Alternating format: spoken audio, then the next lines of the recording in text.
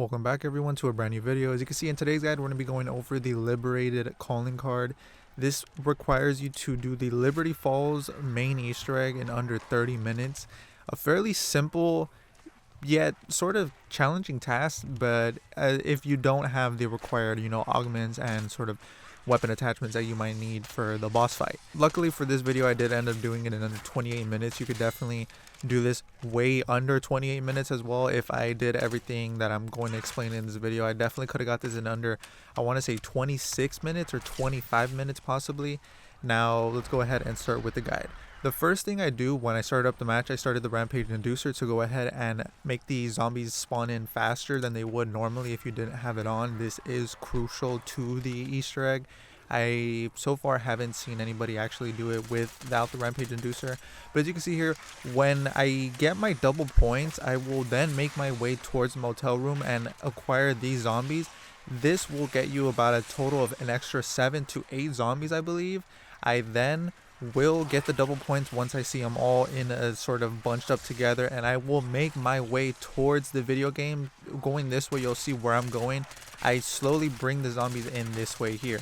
I sort of make my way towards it, but I don't want to, obviously shoot too far where I might get a zombie elimination instead of a critical kill. Fortunately for me, I did get a bonus points here as well. If you didn't know, there is another bonus points and additional bonus points on this sort of on the side of the video game store, on that sort of AC cooler up there. You'll get an extra 1,000. Hence why I decided to bring the zombies more towards the video game area. I will recommend to get the valve part here. I always tend to forget to actually grab this part, so I just want to make sure you do grab this part when you do have enough points and you're making your way towards the pack-a-punch room. Now, I did waste some time here shooting the zombie. I honestly don't know what I was doing here. I don't know why I decided to shoot that. Those seconds do matter, especially when you're on a time crunch, and especially here too. Knifing the zombie while I'm trying to shoot it, and I don't even get a critical kill. So I would definitely recommend to not even shoot those zombies. Just simply forget about them. They will eventually spawn in as the round progresses if you don't kill them right away.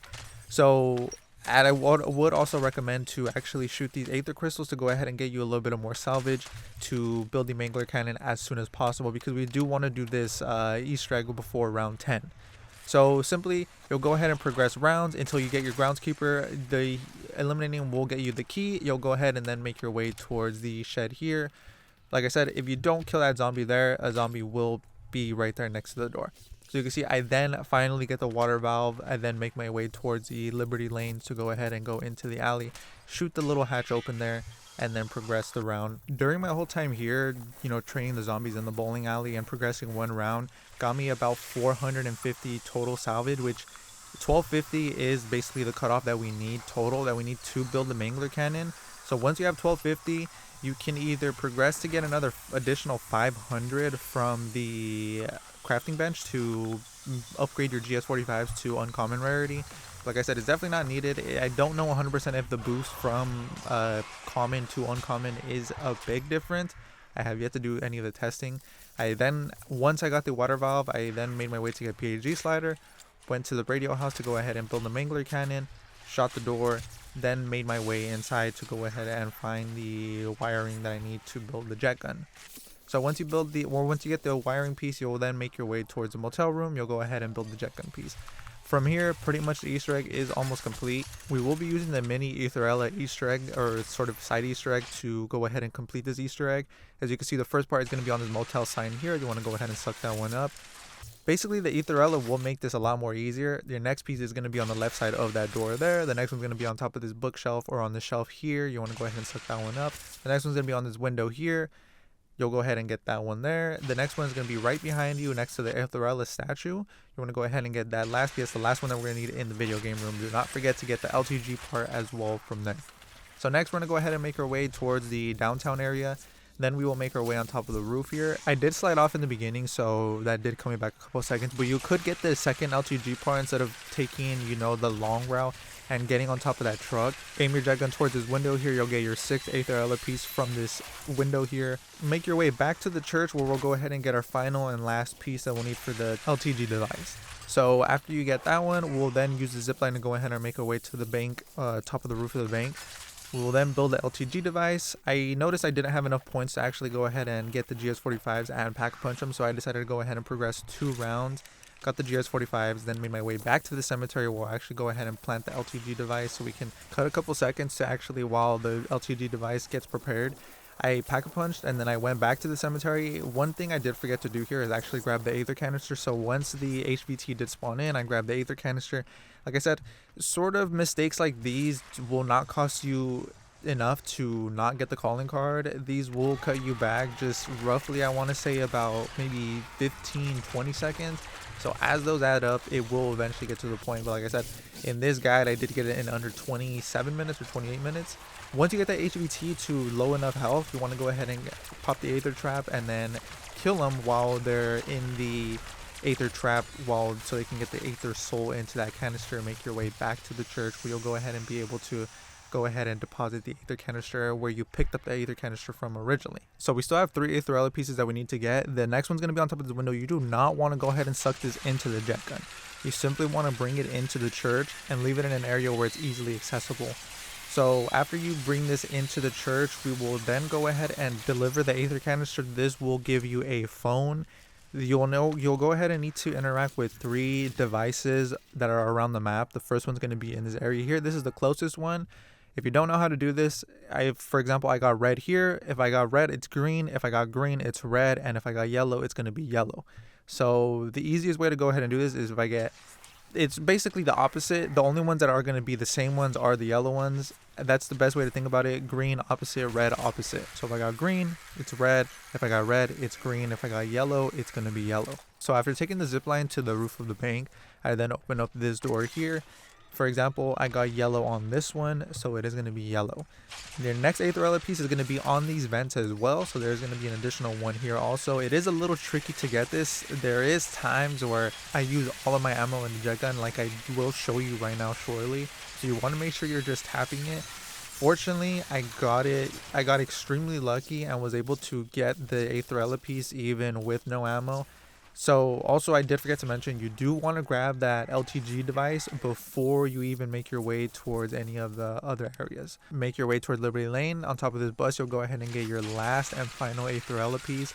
So go ahead and suck that one up. I'm going to be poking out on top of the Liberty Lane sign. For example, this time I got green, so therefore I'm going to go ahead and input it, interact with it until it becomes red. So after that, that's pretty much the last thing that you will need for the steps. You'll go ahead and simply drop the LTG device, go ahead and defend it.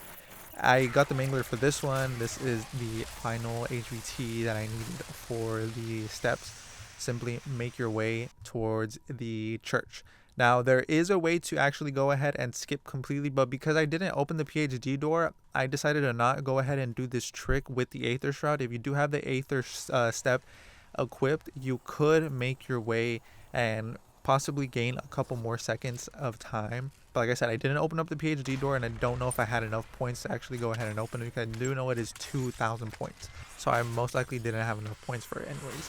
So after that, everything is complete. You simply want to go ahead and just progress normally as the Easter egg typically is. It's a somewhat tricky. I don't know if it was a little harder this time because I had the Rampage Inducer still on.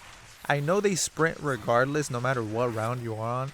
I've done this Easter egg multiple times and they seem to super sprint every single time. The manglers are very tanky, especially since you don't have a weapon of high enough rarity. Under 30 minutes, you definitely don't have enough time to build up a weapon that can do a lot of damage, like a legendary, PAP 3 Mustang and Sally would do in the normal Easter egg. This is a fairly easy Easter egg, but under the 30 minutes does get a little bit tricky.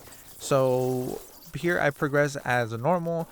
I did have a mutant injection here and I did pop it. I can't tell you if this sent me back a couple seconds. I did pop it mid-round when the first HVT spawned in.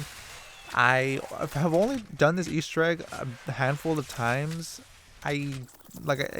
Looking back at this recording, I seen that I barely did any damage to the HVT. As you can see here, after focusing only on the HVT, it barely did enough damage. So if you have any score streaks, that aren't really useful. The immune injection in this case wasn't, that useful.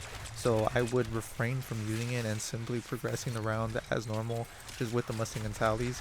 I did end up taking it down here, unfortunately, shortly after this. It will basically hinder you if you don't have PhD slider in the end rounds, especially in this congested area. So it did make this a bit more difficult. I was losing a lot more health and I was losing a lot more shield than normal. So you want to make sure you do not take it down. And if you do want to go ahead and waste a little bit more time, or if you get a faster time than me, I would definitely recommend getting quick revive, as that will, as far as I know, allow you to actually keep some of the perks, if I'm correct. I might be wrong on that. So simply progress around as normally, and then after you get rid of the HVT, you will have a couple zombies left that you need to go ahead and kill. The rounds won't progress until you kill this zombie. The last zombies that will keep spawning in and attacking you, these will be the last ones you need until you get the final boss round. You'll notice that the max ammo will spawn. That's when you'll know you're on the third round. That is when I actually go ahead and pop the Aetherella, suck in the Aetherella in the jet gun, and do the side Easter eggs to go ahead and get the Aetherella Easter egg. So after this, you will have more than enough time to go ahead and pop the Aetherella, not worry about, dying or running out of time in the Aetherella. Basically, this is more than enough time to go ahead and get rid of all the zombies, all the manglers that do spawn in. Fortunately for me, I believe only 2 manglers spawned in before the last AVT abomination spawned in. I would recommend to actually get rid of the manglers as quick as you can. I don't know 100% if leaving these manglers will spawn in the abomination. I would assume you have to get rid of the manglers first and then the abomination will spawn in, as I got rid of the first mangler and then the abomination did spawn in shortly after that. So it's fairly simple. Once you pop the Aetherella piece, you'll notice I do have more than enough time to get rid of this mangler, or sorry, the abomination. And after that, I can't tell you 100% with certainty whether once you get rid of the abomination, that's when the Easter egg is complete. But like I said, I did finish this in under 28 minutes. As you notice there, I did get rid of the last abomination, or sorry, the only abomination that was left there. And like I said, I don't know 100% if once you get rid of the abomination, that is when the Easter egg is complete, or it isn't until you die and the cutscene possibly starts. As you saw there, I got 27:23. So like I said, if you follow some of the steps in this guide and don't do what I did in some certain areas, you definitely could get this in under 25 minutes, I want to say. It's a fairly easy Easter egg. You don't have much to do. But like I said, I don't know 100% if either the Easter eggs sort of timer starts after you press exit or when you kill the last abomination. I'm not 100% sure, but like I said, regardless, we hit it under 30 minutes. Like I said, it's definitely one of the more challenging Easter eggs if you definitely don't have the right attachments on certain weapons, and if you don't have the right augments on certain perks, it can be difficult. Apart from that, that's pretty much the Easter egg in total. Like I said, we did get it under 30 minutes. It is definitely one of the difficult calling cards or dark up challenges to get. There was only a couple that were pretty difficult. Most were just time consuming, but there's only 2 that I can think of, which was this one and the Terminus Easter egg were the more difficult ones. But that's pretty much it for this whole video. I'm going to showcase the attachments that I ran on the compact as well as the ones on the GS45s. These are the attachments that I use on the compact there, as well as the ones for the GS45s. I do run, I want to say, the attachments that everybody does use on the GS45s. Sort of, akimbo, extended mag, suppressor, the basic, ones that I feel like everybody runs. But overall, that's pretty much it for me. I'll catch you guys in the next video. Peace.